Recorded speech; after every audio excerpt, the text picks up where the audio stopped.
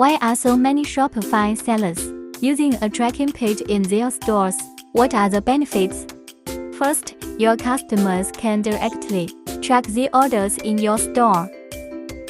Second, your customers can directly click on the tracking number to jump to your tracking page. The tracking number in the order details page in the Shopify. The tracking number displayed on the order details page from the Shopify shipping notification email. Now, please follow me to set it up. First, you can customize the page freely and fit it to your store's design. Don't forget to turn on the redirection feature. Now, we can install it. Get it done in only 3 steps. Step 1. Copy the link of your tracking page and go to the Shopify. Find the online store and click on the navigation. Step 2. Add tracking page to your store menu.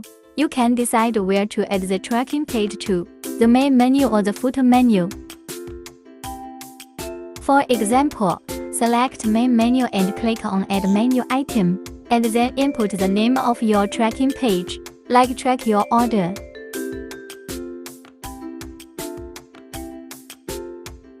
Step 3. Paste the link of your tracking page. Click Add and Save menu. Now, you can go to your store to check it.